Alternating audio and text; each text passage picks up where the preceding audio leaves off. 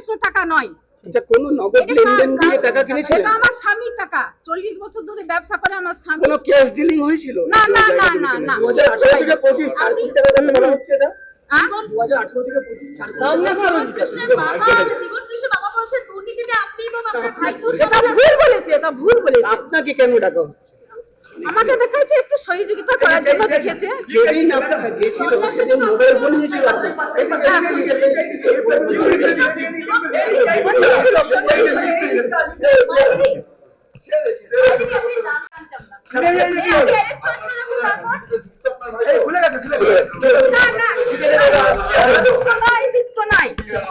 আমরা আসছি আমরা হ্যাঁ এসে বলবেন টাইম নেই তো ঠিক আছে